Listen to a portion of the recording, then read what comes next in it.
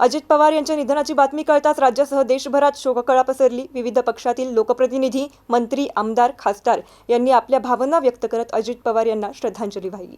अजित पवार हे कणखर, स्पष्टवक्ते आणि जनतेसाठी झटणारे नेते होते। त्यांच्या जाण्याने महाराष्ट्राच्या राजकारणात मोठी पोकळी निर्माण झाली, अशा शब्दात अनेक लोकप्रतिनिधींनी आपल्या भावना व्यक्त केल्या आहेत।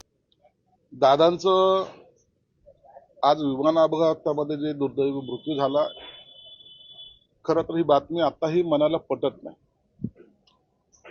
सकाळी जेव्हा न्यूज सुरू झाली त्यावेळेला वाटलं की ते आता जखमी आहेत, दादा बरे होतील। दादामध्ये एवढी हिंमत आहे, ते कोणत्याही संकटाला समोर जाण्याची ताकद त्यांच्यात आहे। दादा मला वाटतं तो बरे होतील। गंभीर आहे इथपर्यंत ठीक होतं, परंतु दादा गेल्याची जेव्हा बातमी कळाली त्या टायमाला एक मोठा धक्का मलाच नाही तर महाराष्ट्राच्या प्रत्येक कार्यकर्त्याला, जनतेला बसलेला आहे। हा एक असा नेता होता की ज्या नेत्याकडे पाहताना किंवा त्याच्याशी बोलताना, त्यांच्याशी वागताना एक आदरयुक्त भीती वाटायची। दादा आहेत, खऱ्या अर्थानं दादा हा शब्द त्यांच्यासाठी लागू होता। राजकारणामध्ये अनेक संकट त्यांच्यावर आली, परंतु ते कधी डगमगले नाही, कधी त्याची चिंताही केली नाही त्यांनी। मला काय करायचं, मला काय निर्णय घ्यायचा, ते बेधडकपणे घेत होते। कालच शेवटची माझी त्यांची भेट झाली, काल कॅबिनेटला ते होते। मंत्रिमंडळाच्या बैठकीमध्ये माझ्या शेजारी बसलेल्या 2 सहकाऱ्यांना मी बोललोय, अरे दादाची देहबोली आज काही बरी वाटत नाही। काय माहिती आज असा हा प्रसंग घडणार होता। कालचं दादाचं दर्शन आम्हाला झालं, ते थोडा चेहऱ्यावर त्यांचा हावभाव काही बरं वाटत नव्हता। कॅबिनेटमध्ये हसून खेळून बोलणारे अजित दादा किंवा एखाद्याची फिरकी घेणारे दादा काल शांतपणे बसलेले होते। 1-2 विषयाशी ते मध्ये थोडे बोलले, बाकी दादाचं काल कॅबिनेटमधलं अस्तित्व मला वाटतं काळाचा हा महिमा असेल किंवा काळाचं त्यांना जाणीव झाली असेल की आता काय, उद्याचं काय, म्हणून ते जास्त न बोलता कॅबिनेट संपल्याबरोबर गेले। दादांना मी जवळून पाहिलेलं आहे, अनेक वर्ष त्यांच्या बरोबर विधानसभेमध्ये काम करायचा मला योग आलेला आहे। दादा जीवाचं रान केलं। अहो साधं छोटं काम जरी असलं ना, तर त्या माणसाने मी कोणत्या पदावर आहे याचा कधी गर्व नाही केला। कलेक्टरला फोन लाव, एखाद्या अधिक तहसीलदारला सुद्धा लावायचा असला फोन तरी ते लावायचे। कार्यकर्त्याला ते म्हणायचे, बारामतीच्या कार्यकर्त्याला तर आवर्जून ते सांगायचे की तुम्ही मुंबईला कशाला येता रे, मी शुक्रवारी आहे ना तिथे।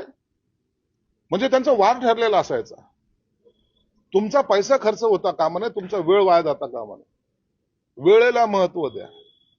अनेक वेळेला तर असा प्रसंग आला की मी दादाकडे जायचो, दादा मला तुमची भेट हवी, थोडी 5 मिनिटाची मीटिंग करायची। मग सकाळी 6:30ला येतो का? आम्हाला सुद्धा वाटत अरे बापरे, सकाळी 6:30ला कसं काय, परंतु त्यांच्यासमोर बोलायची हिंमत आमची सुद्धा होत नव्हती। आणि जेव्हा दुसऱ्या दिवशी 6:30ला सकाळी जायचं, तर त्याच्या पहिले 6 वाजेपासून त्यांचे पीएचे फोन खणखणायला लागायचे, दादा वाट पाहत आता 6:30ला यायचं। म्हणजे वेळेचं महत्व हे दादाने ओळखलेलं होतं। 6:30 म्हणजे 6:30, 6:31ही नाही, दादा तुम्हाला भेटणार म्हणजे भेटणार। हा एवढा कडक शिस्तीचा कार्यकर्ता, नेता, परंतु मनाने तेवढाच हळवा। जेव्हा त्यांच्यावर संकट आली ना, त्या टायमाला त्यांनी त्यांच्या संकटामध्ये इतराला सामावून नाही घेतलं, त्या संकटाचा सामना स्वतः दादांनी केला, एकट्याने केला। अनेक वेळाला त्यांच्यावर आरोप प्रत्यारोप झाले, अनेक वेळाला त्यांना कोंडीत पकडण्याचा प्रयत्न केला, परंतु तो दादा माणूस होता, त्या दादाने त्याची पर्वा नाही केली। म्हणून आज हा नेता आपल्यात नाहीये हे आताही मनाला पटत नाहीये। दादांची ती छवी, दादांचं ते भाषण, दादांचं ते बोलणं, दादांचं ते चालणं, दादांचं कार्यकर्त्याबरोबर वागणं, दादांचं आमच्या बरोबर असलेली जवळकी, प्रत्येकाबरोबर असलेले संबंध, प्रत्येक पक्षाच्या, एकाच पक्षाच्या नाही, अनेक पक्षांच्या लोकांचे, ते जर डोळ्यासमोर जरी आणलं ना, तरी नाही, दादा जाऊ शकत नाही सोडून, ही भावना मनामध्ये। माझ्यासारख्या कार्यकर्त्याला त्यांच्याकडून फार काही शिकता आलं. दादा हे असं व्यक्तिमत्व ज्यांचा दराराही होता, आदरही होता आणि लोकांना त्यांच्याबद्दल असलेलं प्रचंड प्रेम आम्ही पाहिलेलं आहे. फटकळ स्वभावाचा असून सुद्धा दादांचा शब्द लोकांना आवडायचा. दादा बोलतायत, दादा सांगतायत, ते ऐकलं पाहिजेत, हा आदरही लोकांचा त्यांच्याबद्दल होता. म्हणून दादा आज आपल्यात नाहीत. ही महाराष्ट्राला मध्ये तर पोकळी निर्माण झालेलीच आहे, परंतु कार्यकर्त्याच्या मनावर जो आघात झालेला आहे, त्यांना जे दुःख झालेलं आहे, मला वाटतं हे न भरून निघणारं दुःख आहे. आज त्यांचं कुटुंब येतंय, सर्व होईल, अंत्यसंस्कार होईल, श्रद्धांजली वाहिल्या जातील, परंतु दादाची स्मृती ही कार्यकर्त्याच्या मनातून कधीही पुसल्या जाणार नाही. अतिशय दुर्दैवी घटना झालेली आहे. महाराष्ट्राचं एक खंबीर नेतृत्व ज्यांनी नेहमीच महाराष्ट्राच्या प्रगतीसाठी प्रयत्न केला आणि आज त्यांचं अचानक अपघाती निधन होऊन या महाराष्ट्राला एक मोठा धक्का बसलेला आहे आणि त्यांची कमी ही कधीच पुरी होणार नाही. आणि त्यांच्या नेतृत्वामध्ये आम्ही सगळेजण काम करत होतो. काम करत असताना नेहमी कडक भूमिका असायची आणि निर्णय स्पष्ट असायचे. अशा या नेत्याला आज आमच्यातून जावं लागलं. अतिशय दुःखाची गोष्ट आहे. मी माझ्या सावे परिवारातर्फे आणि भारतीय जनता पार्टीतर्फे त्यांना आदरांजली वाहतो. अजीत दादा पवार एक महाराष्ट्र के बहुत बड़े नेता थे, बहुत टाइम से राजनीति में थे और महाराष्ट्र के भाग्य विधाता थे. हर एक कार्यकर्ता के लिए वो लोकप्रिय थे, लेकिन आज दुर्दैव में से आज नहीं रहे, तो इसमें पूरा महाराष्ट्र 12-13 करोड़ जनता दुख में है. मैं भी उसमें दुख में शामिल होते उनको श्रद्धांजलि अर्पण करता. सकाळी सकाळी महाराष्ट्राच्या मनाला सुन्न करणारी, महाराष्ट्राच्या प्रत्येक नागरिकाच्या हृदयाला हलवणारी एक दुर्दैवी घटनाला ऐकावं लागली, बघावं लागली. या राज्याचे सक्षम उपमुख्यमंत्री माननीय अजित पवार साहेब यांचा बारामती येथे विमान दुर्घटनेत मृत्यू झाला. ही खरं तर विश्वास न बसणारी घटना आहे. कारण हा एक संघर्षशील नेतृत्व, कार्यकर्त्यावर प्रेम करणारं नेतृत्व, विकासाच्या परिवर्तनामध्ये सातत्यानं निर्णायक भूमिका, ठोस भूमिका घेणारं नेतृत्व. कालच मंत्रालयाच्या परिसरात मी त्यांची भेट घेतली होती. कॅबिनेट संपल्यानंतर त्यांना मी भेटलो आणि रत्नपूर, औरंगाबाद, संभाजीनगरच्या जिल्ह्यामधील रत्नपूर, खुलताबाद येथे भव्य छत्रपती संभाजी महाराजांचं स्मारक बनवण्याच्या दृष्टिकोनातून त्यांना मी विनवणी केली होती या अर्थसंकल्पनाच्या बाबतीत. त्यांनी भरभरून प्रतिसाद दिला आणि आज ही अशी घटना ऐकायला मिळते. त्यामुळे मी भारतीय जनता पार्टीचा प्रदेश महामंत्री या नात्याने आमदार संजय केनेकर त्यांना भावपूर्ण श्रद्धांजली अर्पित करतो. आणि जी महाराष्ट्रावर शोककळा आणि त्यांच्या कुटुंबावर जो मोठा आघात झाला, त्यांना परमेश्वर खरं तर त्यातून बाहेर काढू ही भावना व्यक्त करतो. निश्चितपणे एका चांगल्या नेत्याला महाराष्ट्र पोरका झालेला आहे. मी राजकारणात नसताना मला राजकारणात आणलं, असा माझा देव आज गेलेला आहे. आयुष्यात अशी वेळ माझ्यावर येईल असं मला वाटलं नव्हतं. दादांना भावपूर्ण श्रद्धांजली. अजितदादा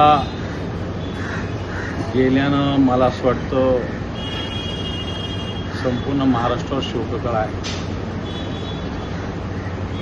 अजितदादांसोबत मी विरोधी पक्षनेता म्हणून काम केलं आणि त्यांच्या मार्गदर्शनाखालीच केलं. म्हणतो त्या काळात त्यांच्यासोबत काम करण्याचा जो अनुभव आला तो आयुष्यभर लक्षात राहील असा अनुभव आहे. आणि नंतरही अजितदादा सत्तेत असतानाही विरोधी पक्षनेता म्हणून ज्या वेळेस त्यांच्याकडे वेगवेगळ्या कामानिमित्तानं गेलं, कधीही कोणताही आक्रोश त्यांच्यावर टीका टिप्पणी करूनही न ठेवता जनतेचं काम अतिशय मनापासून करणारे अजितदादा एक मोठं नुकसान संपूर्ण महाराष्ट्राचं झालं. एक नियोजनात पक्का असणारा माणूस, सुस्पष्ट बोलणारा माणूस, निर्भीडपणे बोलणारा माणूस. नाहीतर राजकारणामध्ये बरेच लोक गोड गोड गोड गोड आणि गोल गोल गोल गोल बोलत असतात. दादा गोड आणि गोल या भानगडींना न पडता स्पष्टपणे ज्या भूमिका त्या मांडत राहत आलेले, मला वाटतं असा नेता या महाराष्ट्राला यानंतर मिळणे नाही. दादांना भावपूर्ण श्रद्धांजली आहे. एक बातमी आली. माझ्या मुलांनी मुंबईवरून फोन केला, सकाळी झोपेत होतो आणि त्यांनी सांगितलं की अजितदादा इज नो मोर. झोपेतून उठतो आणि अशा प्रकारची बातमी ऐकतो तर मला विश्वास बसला नाही. मी म्हटलं कोणाच्या बाबतीत बोलतो? तो अजितदादा. मी म्हटलं अजित पवार? तो बोले हा अजित पवार प्लेन ऍक्सिडेंटमध्ये, दुर्घटनेमध्ये त्यांचा मृत्यू झालेला आहे. कोणाला विश्वास बसणार आहे? कोणालाही विश्वास बसू शकत नाही आहे. पण जेव्हा त्याची पुष्टी झाली तर आता आमच्याकडे काही शब्द राहिलेले नाही आहे. इतका उत्तम कार्यशील ऍडमिनिस्ट्रेटर मला असं वाटत नाही आहे की महाराष्ट्रामध्ये कोणी दुसरा असेल. अजित पवार साहेबांचं वैशिष्ट्य म्हणजे ते खूप एबल आणि एफिशियंट ऍडमिनिस्ट्रेटर होते आणि त्यांचे कट्टर विरोधक सुद्धा हे मान्य करतील. अंग्रेजीमध्ये आपण बोलतो ना वर्कहॉलिक.